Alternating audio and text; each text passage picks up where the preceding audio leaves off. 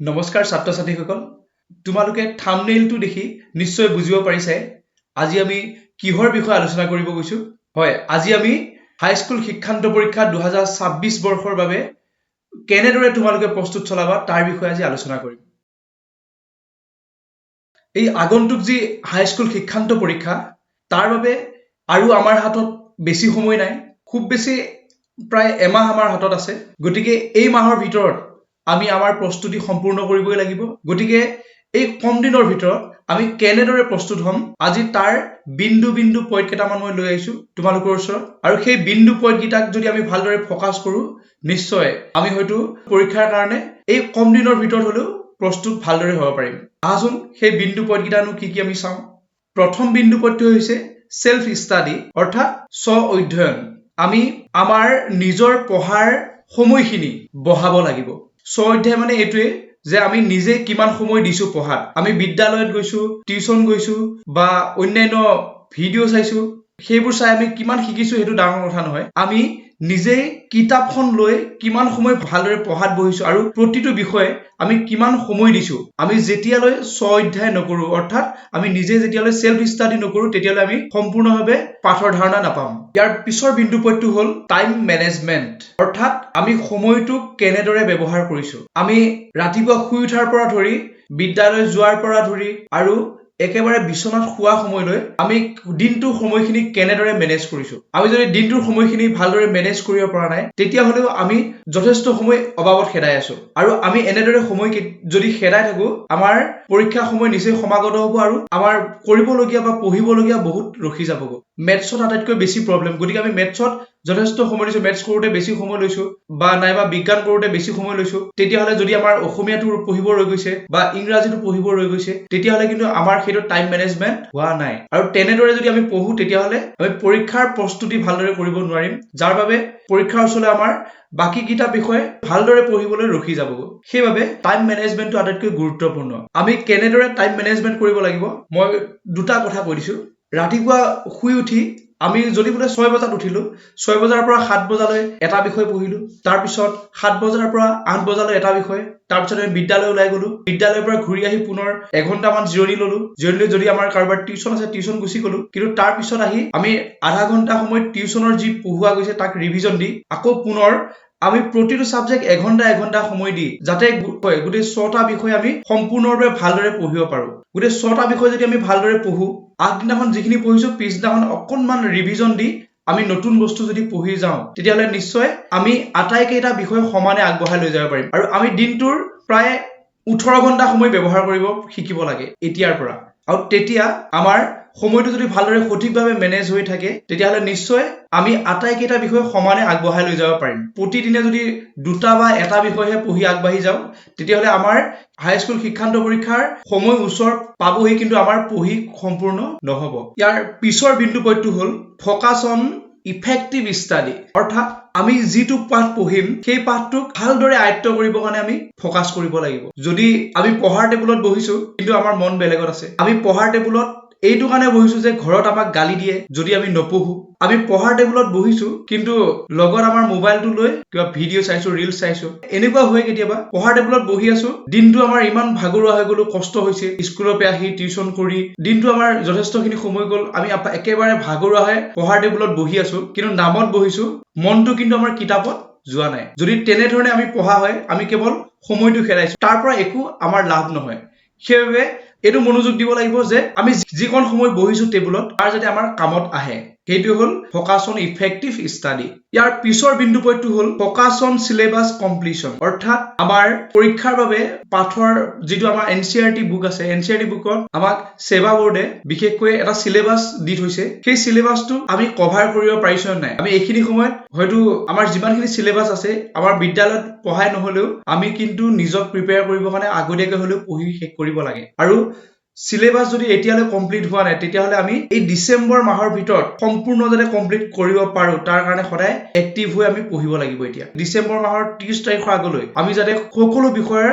Syllabus complete কৰিছো তাৰ কাৰণে আকৌ আমি শৰ্টকাট ললে নহব আমি যদি প্ৰতিটো পাঠ খৰচীমাই নহয় কমন বাছি আমি সিলেবাস শেষ কৰিব গৈছো তেতিয়াহলে কিন্তু আমাৰ ক্ষতি যথেষ্ট হ'ব গতিকে আমি সিলেবাসটো কমপ্লিট কৰা মানে এইটোৱে যে আমাৰ পাঠটোৰ যিমানখিনি দিয়া আছে বা এনচিআৰটি বুকৰ যিখিনি বিষয় দিয়া আছে আটাইখিনি আমি যাতে ভালদৰে খৰচীমাই পঢ়ি ক্লিয়াৰ কৰিব পাৰো আমি আগতে পঢ়ো কেনেদৰে আগতে আমি যেতিয়া নৱম শ্ৰেণীত আছিলো বা অষ্টম শ্ৰেণীত আছিলো তেতিয়া আমাৰ যিবোৰ 6 মাহিলী হওক বা বাৰ্ষিক পৰীক্ষা হওক বা আমাৰ ইউনিট টেষ্টে হওক এই পৰীক্ষাবোৰত আমি পঢ়ো কেতিয়া যেতিয়া আমাৰ পৰীক্ষা একে সময় চমু চাপি আহে পৰীক্ষা ওচৰ পালেহি আমি তেতিয়াহে পঢ়িব ষ্টাৰ্ট কৰো আৰু এনেকুৱা হয় আমি গোটেই ৰাতিটো পঢ়ি আমি পিছদিনাখন পৰীক্ষা দিব যাওঁ কিন্তু আমাৰ সিলেবাস কোনো কাৰণত কোনো দিনে কমপ্লিট নহয় কিন্তু এই যিটো পৰীক্ষা আহি আছে এই পৰীক্ষাটো আকৌ যদি আমি তেনেদৰে দিম বুলি ভাবো তেতিয়াহলে আমাৰ আটাইতকৈ ভুল ধাৰণা হৈ আছে আৰু আমি পৰীক্ষা আগদিনাখনলৈ পঢ়িম বুলি কেতিয়াও থব নালাগে এইকেইদিন সময় আছে এইকেইদিনতে আমি আমাৰ যিমান আধৰুৱা আছে গোটেইবোৰ যাতে খৰচীমাই ক্লিয়াৰ কৰি ডিচেম্বৰ মাহৰ ভিতৰত আমি যাতে সম্পূৰ্ণ কৰিব পাৰো তাৰ কাৰণে আমি এইকেইদিন এনেদৰে মেনেজমেন্ট কৰি ৰুটিন বনাব লাগিব যাতে প্ৰতিটো বিষয় আমি টাৰ্গেট লৈ শেষ কৰিব পাৰিছো ইয়াৰ পিছৰ বিন্দু পইণ্টটো হ'ল প্ৰপাৰ প্লেন অৰ্থাৎ আমি যিকোনো এটা কাম কৰিব গৈছো তাত আমাক প্ৰথম প্ৰয়োজনীয় হ'ল প্ৰপাৰ প্লেন আমি যদি ঘৰ এটা বনাব যাওঁ ঘৰটো বনাব যাওঁতে আমি এটা প্লেন বনাই ল'ব লাগিব যে আমি ঘৰটোৰ বাথৰুম ক'ত দিম কিটচেন ক'ত দিম ড্ৰয়িং ৰুম ক'ত দিম আমি এটা প্ৰপাৰ প্লেন বনাব লাগিব আৰু তাৰ গ্ৰাউণ্ড লেভেল কিমান দিম আৰু আমি বনাব গৈছো কি বোলে বিল্ডিং বনাব গৈছো আৰচিচি বিল্ডিং বনাব গৈছো নে আসাম টাইপ আমি তাৰ কাৰণে প্লেন ল'ব লাগিব আৰু তাৰ কাৰণে আমি বাজেট বনাব লাগিব এনেদৰে আমি ঘৰটো বনাওঁতে প্ৰপাৰ প্লেন বনাই লওঁ তাৰ পিছতহে আমি ঘৰৰ কামত হাত দিওঁ ঠিক তেনেদৰে আমি পৰীক্ষাৰ কাৰণে যিটো প্ৰস্তুত হ'ম গতিকে তাৰ বাবে আমি এটা প্ৰপাৰ প্লেন বনাব লাগিব যে আমি কোনটো সময়ত কি কাম কৰিম আৰু মোৰ কোনটো বিষয়ত অসুবিধা হৈছে তাক মই কিমান ৰেংকত লৈ যাব পাৰিম তাৰ কাৰণে মই কেনেদৰে কষ্ট কৰিম আৰু প্ৰতিটো বিষয় কিমান দিনৰ ভিতৰত শেষ কৰি কিমান দিনৰ ভিতৰত কিমান সময়সীমাৰ ভিতৰত মই যদি শেষ কৰিব পাৰো মোৰ সিলেবাস কমপ্লিট হ'ব তাৰ কাৰণে প্লেন বনাব লাগিব তোমালোকলৈ এটাই অনুৰোধ থাকিল সুন্দৰকে প্লেনটো বনাই লোৱা এতিয়াও সময় আছেই বাৰু এই সময়খিনিৰ ভিতৰতো তোমালোকে যদি প্লেন বনাই কাম কৰা তেতিয়াহলে তোমালোকৰ এই সময়খিনি যথেষ্ট সৎব্যৱহাৰ হ'ব কিন্তু যদি প্লেন নবনোৱা তেতিয়াহলে কিন্তু তোমালোকৰ এই সময়খিনি অযথা যাব আৰু জীৱনৰ কাৰণে এটা আফসোস হৈ যাব যে তোমালোকে এই সময়খিনি সৎব্যৱহাৰ নকৰিলা আৰু পিছত তোমালোকৰ সেই ইষ্টামটো ৰখি যাব লগতে জীৱনত দ্বিতীয়বাৰ এই সুবিধাটো নাপাব যে আকৌ এবাৰ পৰীক্ষা দি আকৌ ভাল ৰিজাল্ট কৰিম তেনেকুৱা নহয় আৰু এই পৰীক্ষাটোৱে তোমাৰ জীৱনত এটা বেলেগ এটা ভাল লগা অনুভৱ আনিব যেতিয়া তোমালোকৰ ৰিজাল্টটো ভাল হ'ব এই পৰীক্ষাটোৱে যদিও জীৱন নসজায় কিন্তু জীৱনত বহুত বস্তু দিয়ে তোমালোকে এটা সময়ত অনুভৱ কৰিবা এতিয়া ইয়াৰ পিছৰ বিন্দু পইণ্টটো হ'ল এমচিকিউ প্ৰেক্টিচ অৰ্থাৎ আমি আজি 3 বছৰ ধৰি এবাৰ যিটো সিলেবাসত নতুনকৈ এড হৈছে আমাৰ এমচিকিউ প্ৰায় 45টা এমচিকিউ কুৱেশ্যন আহে গতিকে সেই 45টা এমচিকিউ কুৱেশ্যন আহোতে তাৰ ভিতৰত আমাৰ খুব বেছি কমন আহিব পাৰে 10টা কুৱেশ্যন কমন আহে প্ৰায় আগত দি থকা বা আমি সদ্যহতে পাই থকা প্ৰশ্ন এমচিকিউ আহে কিন্তু তথাপিতো বেছিভাগ আমাৰ বনাই দিয়ে কনসেপ্ট বেসড এমচিকিউ যিবোৰ আহে সেইবোৰ এটেন্ড কৰিব লগা হলে আমি without syllabus complete without NCERT যিখন বুক আছে তাক প্ৰেক্টিচ নকৰাকে আমি শৰ্টকাট মেথড লৈ পেলাই যদি পঢ়িব যাওঁ তেতিয়াহলে কিন্তু আমি সেই কুৱেশ্যনবোৰ এটেন্ড কৰিব নোৱাৰিব পাৰো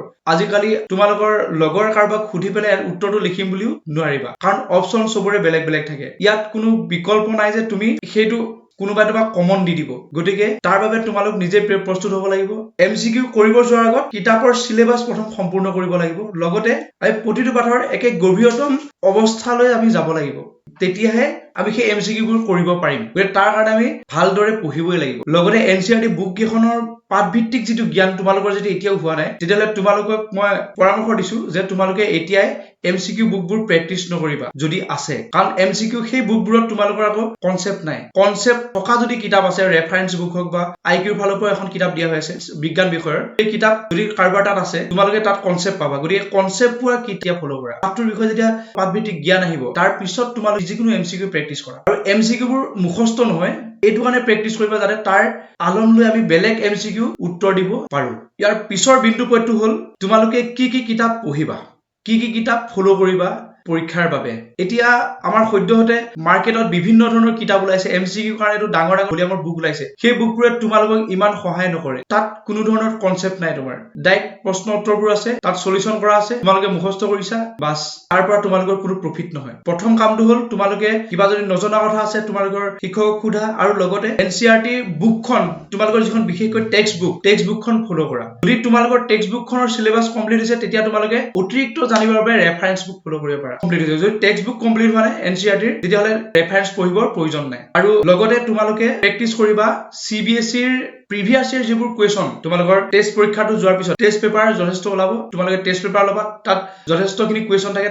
সেইবোৰ প্ৰেক্টিচ কৰিবা। সেইবোৰ প্ৰেক্টিচ কৰাৰ আগত বৰ্তমান সময়ত তোমালোকৰ মেইন কামটোৱে হ'ল চিলেবাছ শেষ কৰি ভালদৰে পঢ়ি ডিচেম্বৰ মাহৰ ভিতৰত সম্পূৰ্ণ কৰিবই লাগিব। তেতিয়াহে তোমালোকে টেষ্ট পেপাৰ ভালদৰে কৰিব পাৰিবা। যদি কনচেপ্টে নাথাকে তোমালোকে টেষ্ট পেপাৰ কি কৰিবা? সেইকাৰণে এইকেইদিন দিন ৰাতি এক কৰি দিয়া তোমালোকে পঢ়িবৰ কাৰণে, আৰু চিলেবাছ টাৰ্গেট লৈ শেষ কৰা। যদি কাৰোবাৰ শেষ হোৱা নাই, যদি কাৰোবাৰ শেষ হৈছেতো ভাল কথা, তোমালোকে এতিয়াৰ পৰা টেষ্ট পেপাৰ কৰিব পাৰিবাই। কিন্তু যিসকলৰ হোৱা নাই তেওঁলোকে এতিয়া টেষ্ট পেপাৰ কৰাৰ আগত চিলেবাছ সম্পূৰ্ণ কৰিব চেষ্টা কৰা। ইয়াৰ পিছৰ বিন্দু পইণ্টটো হ'ল তোমালোকে বৰ্তমান সময়ত অপ্ৰয়োজনীয় কামবোৰৰ পৰা আঁতৰি থাকিবা। তোমালোকৰ অপ্ৰয়োজনীয় কাম কোনবিলাক? যেনে তোমালোকে লগৰ লগত আড্ডা মাৰিব যোৱা, তোমালোকে হকে বিহকে এনেই সময়বোৰ খেদাই থাকা, বিদ্যালয়ৰ পৰা গৈ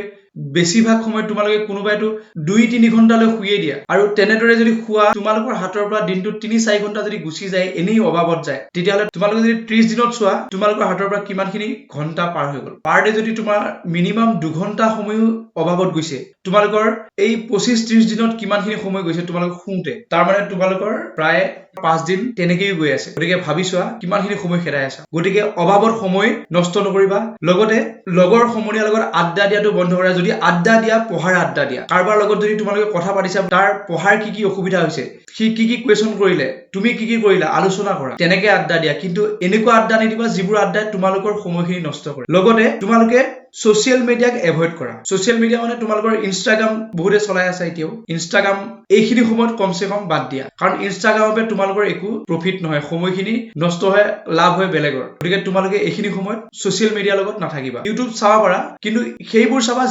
যিবোৰে তোমালোকক লাভ দিয়ে, অৰ্থাৎ যিবোৰত তোমালোকৰ কিবা নজনা কথা আছে শিকিব পাৰা। তথাপিতো বেছিভাগ সময় ইউটিউবত জানিবলগীয়া কথাটো চাম বুলি অলাগতিয়াল বস্তুবোৰ যদি চোৱা, তেতিয়াহ'লে তোমালোকৰ মনটো আকৌ তালৈ যাব, আৰু সময়খিনি 5 মিনিট বুলি কওঁতে আধা ঘণ্টা, 1 ঘণ্টা, 2 ঘণ্টা কিনি যাব, গমেই নাপাবা। তেনেধৰণৰ ছচিয়েল মিডিয়াৰ যিবোৰ এক্টিভিটি, তাৰ পৰা আঁতৰি থাকিবা। আৰু শেষত এটা কথাই কওঁ,